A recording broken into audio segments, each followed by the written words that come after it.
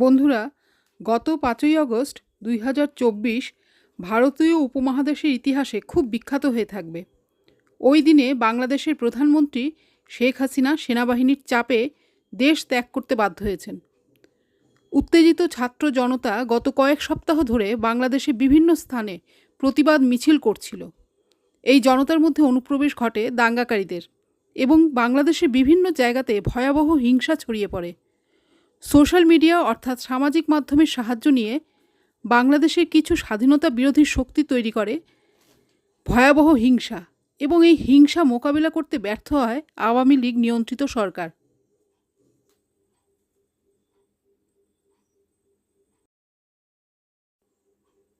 এখন প্রশ্ন হলো, এবার কি হবে?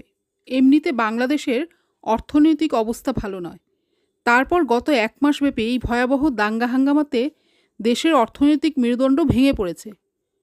আন্তর্জাতিক স্তরে অনেকেই বলছেন যে বাংলাদেশ এখন আবার অন্ধকার যুগে প্রবেশ করতে পারে, কারণ মৌলবাদীরা এখন আস্তে আস্তে দেশের নিয়ন্ত্রণ নেবে সেনাবাহিনীর হাত থেকে। গত ১৫ বছরে বাংলাদেশ প্রভূত উন্নতি করেছে। শেখ হাসিনার বিরুদ্ধে যত অভিযোগই থাকুক, তার পরম শত্রুও তার দেশাত্মবোধ নিয়ে প্রশ্ন তুলবে না। কিন্তু উত্তেজিত ছাত্র যুবরা নিজেরা নিজেদের পায়ে কুড়ুল মারল বঙ্গবন্ধুর মেয়েকে ক্ষমতাচ্যুত করে। প্রচণ্ড রাগ এবং উত্তেজনার বশে বাংলাদেশি ছাত্রযুবাদের অনেকেই বুঝতে পারছে না যে তারা এখন মৌলবাদী শক্তিগুলোর হাতের ক্রীড়ানক মাত্র। তাদের সামনে রেখে বাংলাদেশের স্বাধীনতা বিরোধী শক্তি এবার ঢাকার ক্ষমতা দখল করার পথে। আন্দোলনকারী মহিলা ছাত্রীরা কি ভেবে দেখেছে যে ভবিষ্যতে যখন তালিবানের শাসন শুরু হবে তখন তাদের কতখানি গুরুত্ব থাকবে? এটা পরিষ্কার যে শেখ হাসিনার এই পরাজয় আসলে বাংলাদেশের স্বপ্নের শেষ হয়ে যাওয়া। এখন আস্তে আস্তে রাজাকাররাই বাংলাদেশের ক্ষমতা দখল করবে এবং এই তথাকথিত ছাত্রযুবারা তখন রাজাকারদের তাবেদারি করে নিজেদের দেশপ্রেম প্রমাণ করবে। এখন যারা বঙ্গবন্ধুকে অপমান করে উচ্ছ্বাস করছেন তারা বাংলাদেশকে একটি নতুন আফগানিস্তানে রূপান্তরিত করবেন। আমাদের চোখের সামনে বাংলাদেশ একটি সম্পূর্ণ নৈরাজ্য ও অরাজক পরিস্থিতির শিকার হতে যাচ্ছে এবং আত্মধ্বংসকারী এই ছাত্রযুবারা নিজেদের হাতে নিজেদের দেশকে ধ্বংস করছেন।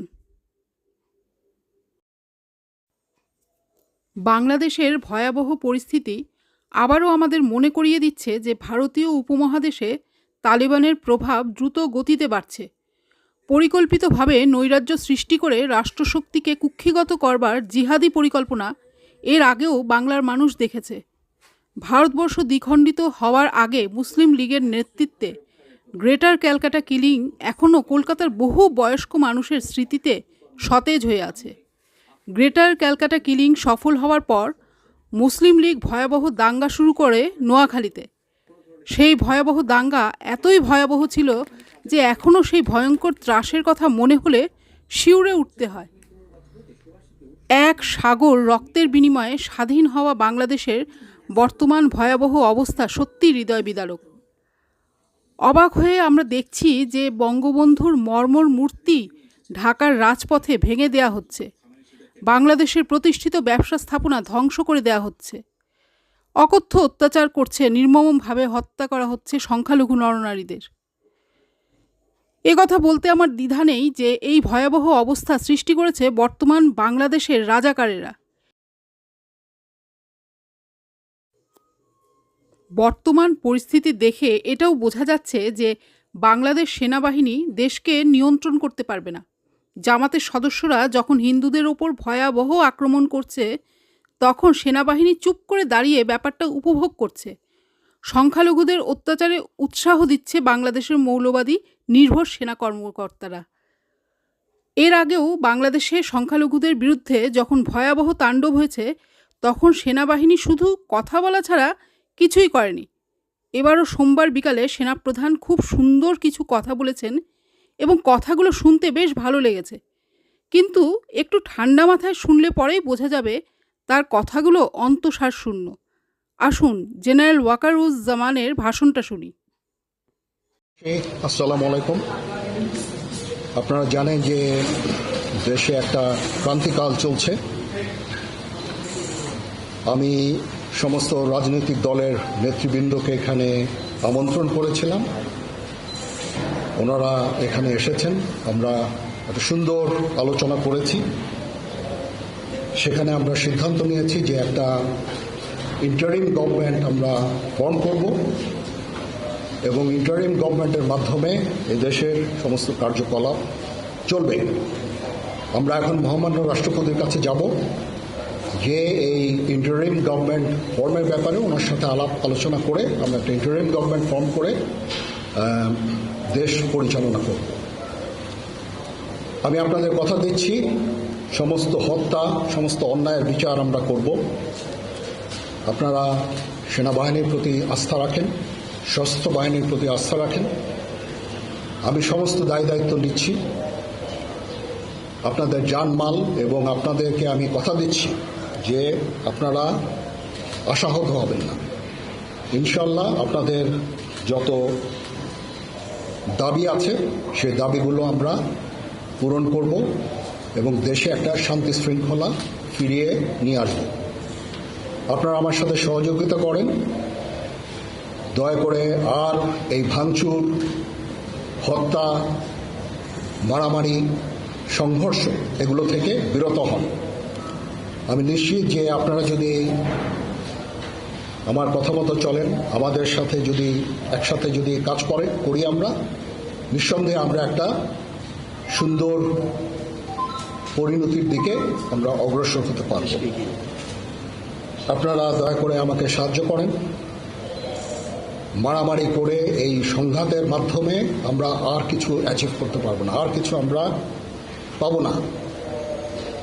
সুতরাং দয়া করে আপনারা সমস্ত ধ্বংসযজ্ঞ, সমস্ত অরাজকতা, সমস্ত সংঘর্ষ থেকে বিরত হন এবং ইনশাআল্লাহ আমরা সবাই মিলে একটা সুন্দর ভবিষ্যতের দিকে আমরা অগ্রসর হব।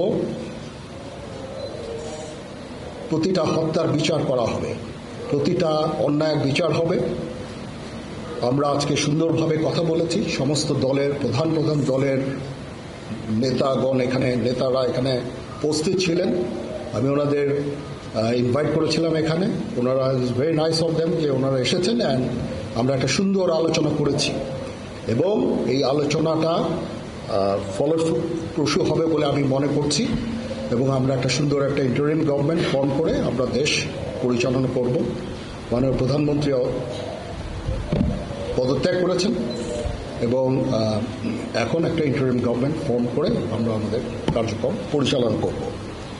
আপনারা একটু ধৈর্য ধরেন, আমাদের কিছু সময় দেন। ইনশাআল্লাহ আমরা সবাই মিলে সমস্ত সমস্যার সমাধান করতে সক্ষম হব। আপনারা আর এই সংঘাতের পথে যাবেন না এবং শান্তি শৃঙ্খলার পথে ফেরত চলে আসেন। আমাদের দেশের অনেক ক্ষতি হচ্ছে, অর্থ সম্পদের ক্ষতি হচ্ছে, জানের লোকজন মারা যাচ্ছে। তো এগুলো থেকে আপনারা বিরত হন এবং আমাদের সাহায্য করেন। আমি সমস্ত দায়িত্ব নিচ্ছি, আপনারা আমাকে সাহায্য করেন। সবাইকে ধন্যবাদ। আল্লাহ হাফেজ।